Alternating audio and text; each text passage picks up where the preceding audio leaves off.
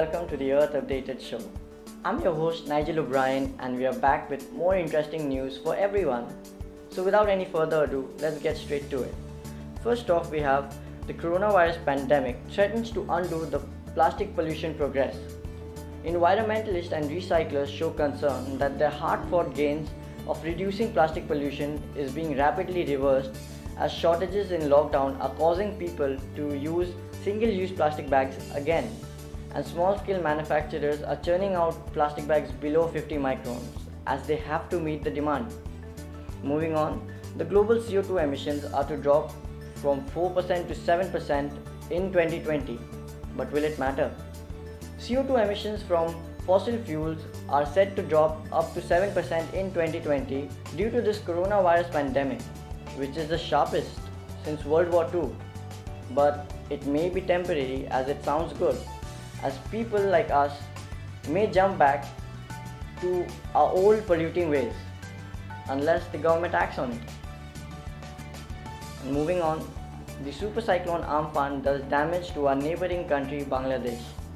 The super cyclone which hit India's Calcutta or West Bengal also paid a visit to Bangladesh, and when cyclone Amphan paid a visit to Calcutta, it had weakened as it made landfall and was downgraded to a cyclonic storm when it hit Bangladesh with 10 deaths due to trees being uprooted, and it was much more serious in West Bengal with 75 deaths.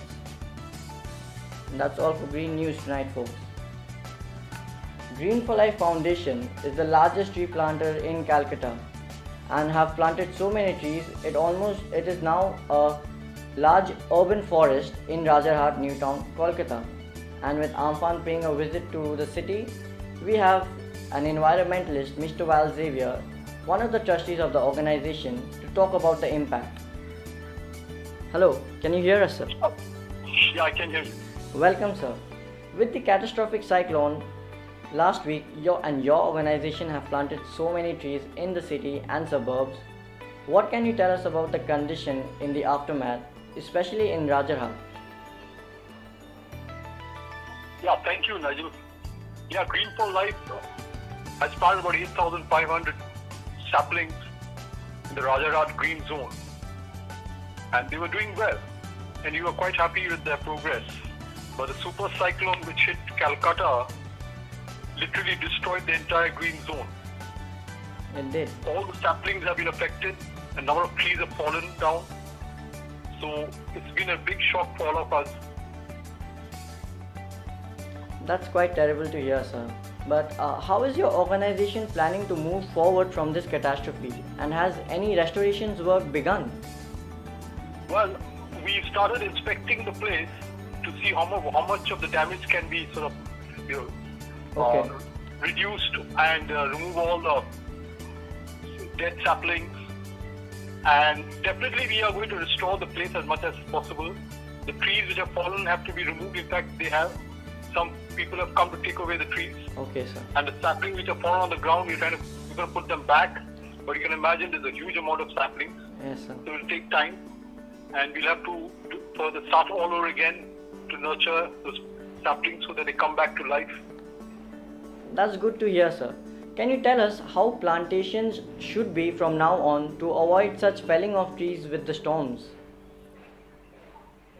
Well, if it's a normal storm or cyclone, you can handle it by putting strong support sticks for the saplings, and even where trees are concerned, you can tie them from three ends to the ground so that the roots are not affected when the storm blows on the top. Okay.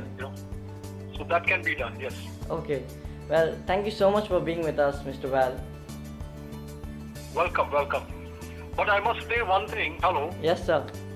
I want to say that it's very sad the way the government and the authorities are cutting down the trees just to clear up the roads. Yes, sir.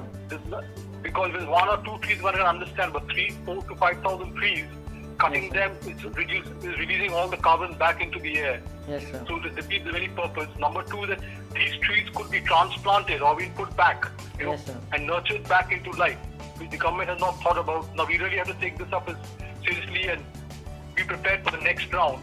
and then when it happens, to make sure these trees fall are not cut off. Well, thank you so much for being with us, Mr. Val. And then, Welcome, Nigel. for further information about the organization, you can go to their Facebook page called Green for Life Foundation. And up next, we have Mr. Green Mind, followed by a Planet Pop quiz. I'll be back.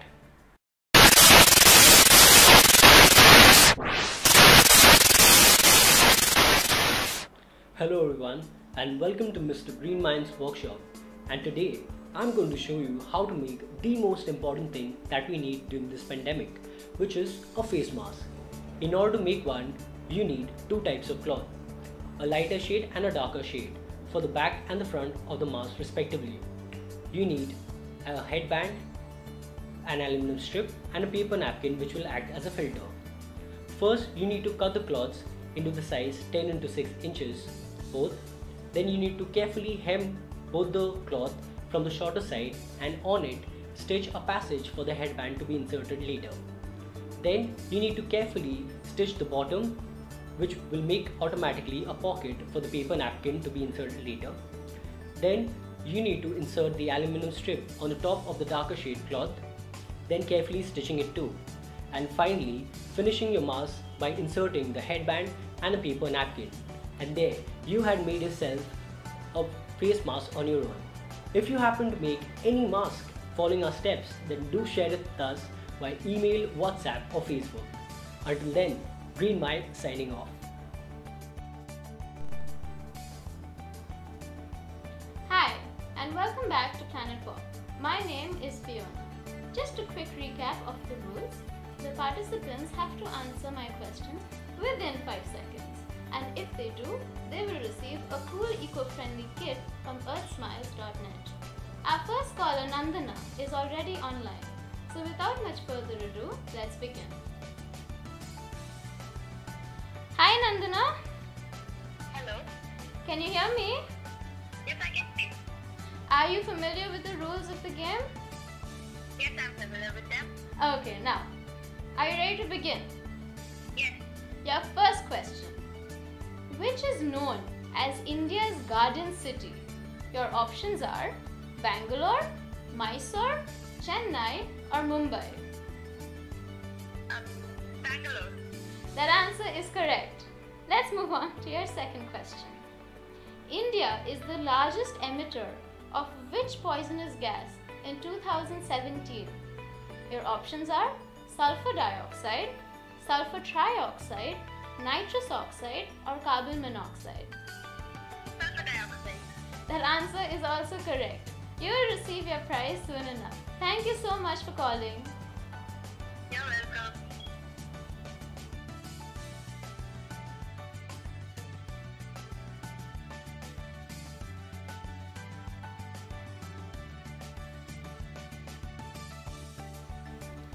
Our next caller is already online. Hi Harshika. Hi, Fiona. How are you doing today? I'm doing good. I'm doing great, actually. So you're familiar with the rules of this quiz? Yes. Okay, so your first question. Which state has set a record of planting 6 crore sapling in a single day? Your options are Himachal Pradesh, Uttar Pradesh, Madhya Pradesh or Bihar. I think Madhya Pradesh. That answer is correct. Let's move on to your next question. Okay. Which country has the highest pollution-linked death in the world? Your options are China, Bangladesh, India or Kenya. India. That answer is also correct. Thank you so much for calling in today. Okay, thank you.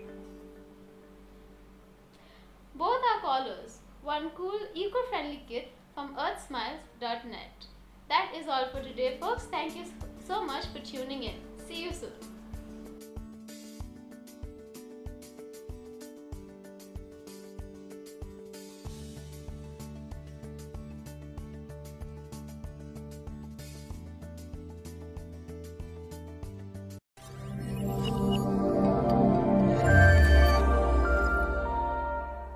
Hello everyone, I'm Nigel. And I'm Michael, and you're watching EarthMinute back in our studio. Well, last week, the cyclone Amphan was a major disaster in Kolkata. And to quote our Chief Minister, it was worse than COVID-19. Yes, Nigel, it was. Basic utilities are struggling back to get normal, and deaths were just below 75, though infrastructure has taken a real blow. Yes, Mike. And people are coming together to repair damage, and in doing so, destroying all social distancing. And experts say that there may be a spurt of virus because of this, and also other diseases like malaria, dengue, and chikungunya can rear their heads thanks to the water logging. Oh, Nigel, that's terrible. But what can we do? Well, first we can remind ourselves and everyone we know that the coronavirus pandemic is not yet over. Social distancing, face masks, and hand hygiene are gonna stay here for a while, so we might as well follow it, and it is our most lethal weapon against the COVID-19. And that's 1 minute, people. Though lockdown may be over soon, but as usual, don't forget to wash your hands.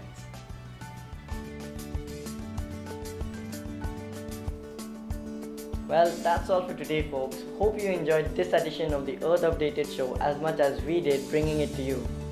Remember to be safe and make an easy earthscience.net mask just like I did.